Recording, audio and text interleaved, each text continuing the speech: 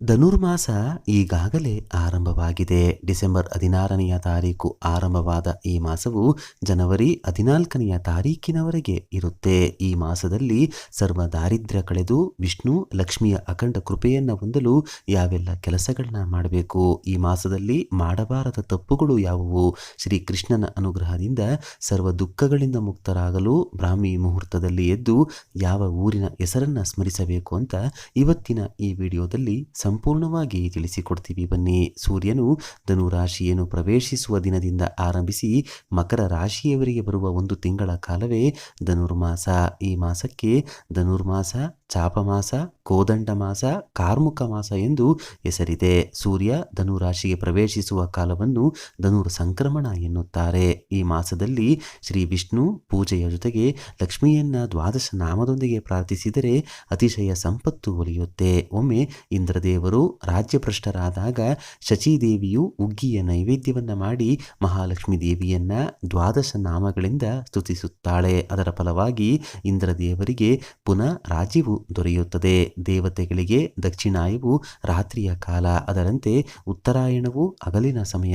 ಆದರೆ ಈ ಧನುರ್ಮಾಸವು ಹಗಲು ರಾತ್ರಿ ಎರಡೂ ಸೇರಿದ ಸಮಯವೊಂದು ಹೇಳಲಾಗಿ ಬ್ರಾಹ್ಮಿ ಮುಹೂರ್ತದಲ್ಲಿ ಯಾರು ಎದ್ದು ಸ್ನಾನ ಮಾಡಿ ಭಗವಂತನನ್ನ ಪೂಜಿಸಿ ಉಗ್ಗಿಯನ್ನು ಸಮರ್ಪಿಸುತ್ತಾರೋ ಅವರ ಮನೋಭಿಷ್ಟಗಳು ಅಕ್ಷಯವಾಗಿ ನೆರವೇರುತ್ತದೆ. ಈ ಮಾಸದಲ್ಲಿ ಮಾಡುವ ಪೂಜೆ ವ್ರತಗಳು ಒಂದು ತಪಸ್ಸಿಗೆ ಸಮವಾಗಿರುತ್ತದೆ. ಅದಕ್ಕಾಗಿಯೇ ಈ ಮಾಸವನ್ನು ಭಕ್ತಿ ಶ್ರದ್ಧೆಯಿಂದ ಮದುವೆ ಆದವರು, ಆಗದೇ ಇರುವವರು, ವಯಸ್ಸಿನ ಭೇದವಿಲ್ಲದೆ ಎಲ್ಲರೂ ಆಚರಿಸಬೇಕು. ಈ ಮಾಸದಲ್ಲಿ ಭಕ್ತರ ಚರಿತ್ರೆಗಳನ್ನು ಓದಿ ಭಾಗವತವನ್ನ ಕೇಳಬೇಕು. ಈ ಮಾಸದಲ್ಲಿ ಆದಷ್ಟು ಪೂಜೆ ವ್ರತಗಳನ್ನು ಮಾಡುತ್ತಾ ದಾನಗಳನ್ನು ಮಾಡಬೇಕು.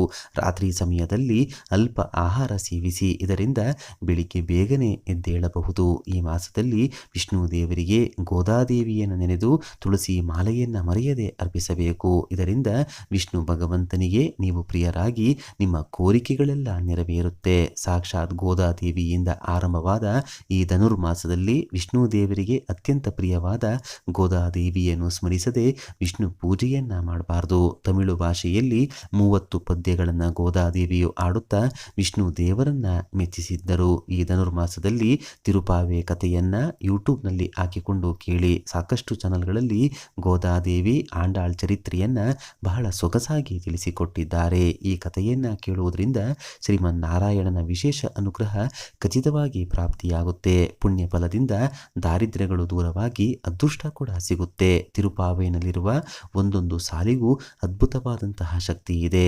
ಧನುರ್ಮಾಸದಲ್ಲಿ ಶ್ರೀಕೃಷ್ಣ ಶ್ರೀಕೃಷ್ಣ ಎಂದು ಪ್ರತಿನಿತ್ಯ ಸ್ಮರಿಸುತ್ತಾ, ಈಗ ನೀವು ಯಾವ ಊರಿನಲ್ಲಿ ಇದ್ದರೂ ಕೂಡ ನೀವು ಮಥುರಾದಲ್ಲಿ ವಾಸ ಮಾಡುತ್ತಿದ್ದೀರೆಂದು ಭಾವಿಸಬೇಕು. ಬೆಳಿಗ್ಗೆ ಅರಳಿ ವೃಕ್ಷಕ್ಕೆ ಪ್ರದಕ್ಷಿಣೆ ಮಾಡಬೇಕಾದ್ರೆ ಮಥುರಾದ ಶ್ರೀಕೃಷ್ಣನ ದೇಗುಲದಲ್ಲಿ ಪ್ರದಕ್ಷಿಣೆ ಮಾಡುತ್ತಿದ್ದೇನೆಂದು ಭಾವಿಸಬೇಕು.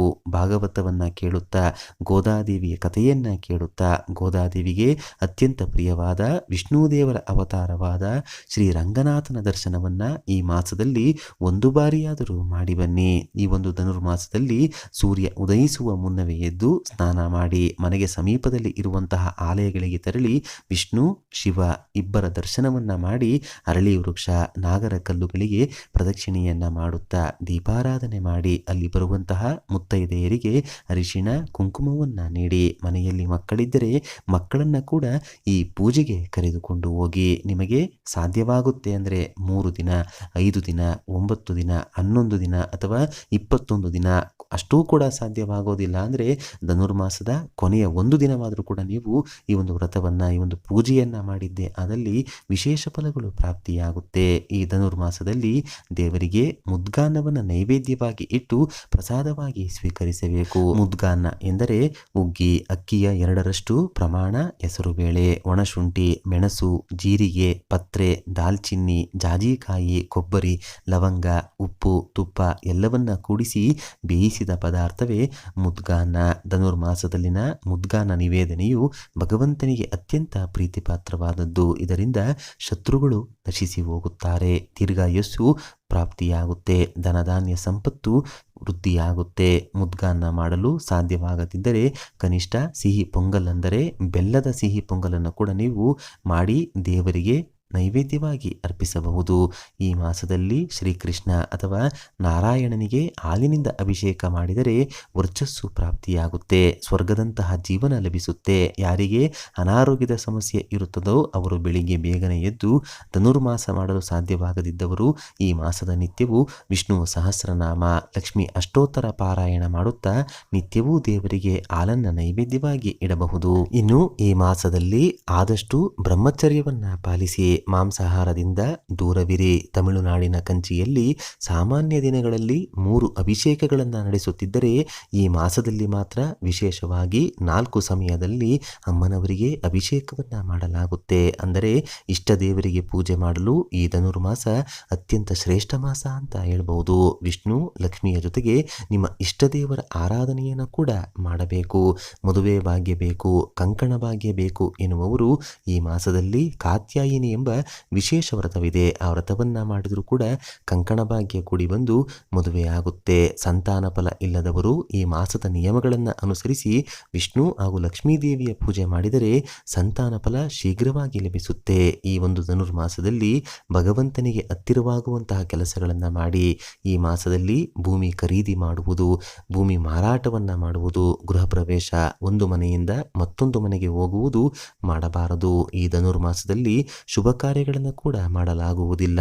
ಈ ಮಾಸದಲ್ಲಿ ಸೂರ್ಯ ಉದಯಿಸುವ ಮುನ್ನವೇ ಎದ್ದು ಸ್ನಾನ ಮಾಡುವಾಗ ಸ್ನಾನದ ನೀರಿಗೆ ತುಳಸಿ ಗಿಡದ ಬುಡದ ಚಿಟಿಕೆ ಮಣ್ಣನ್ನ ಸ್ನಾನದ ನೀರಿಗೆ ಬೆರೆಸಿ ಸ್ನಾನವನ್ನ ಮಾಡಿ. ಇದು ಸಾಧ್ಯವಾಗುವುದಿಲ್ಲ ಅಂದರೆ ಅರಳಿ ಮರದ ಬುಡದಲ್ಲಿ ಇರುವಂತಹ ಮಣ್ಣನ್ನು ತಂದು ಆ ಮಣ್ಣನ್ನ ಪ್ರತಿನಿತ್ಯ ಸ್ನಾನದ ನೀರಿಗೆ ಬೆರೆಸ್ತಾ ಸ್ನಾನವನ್ನ ಮಾಡಿ ನೋಡಿ.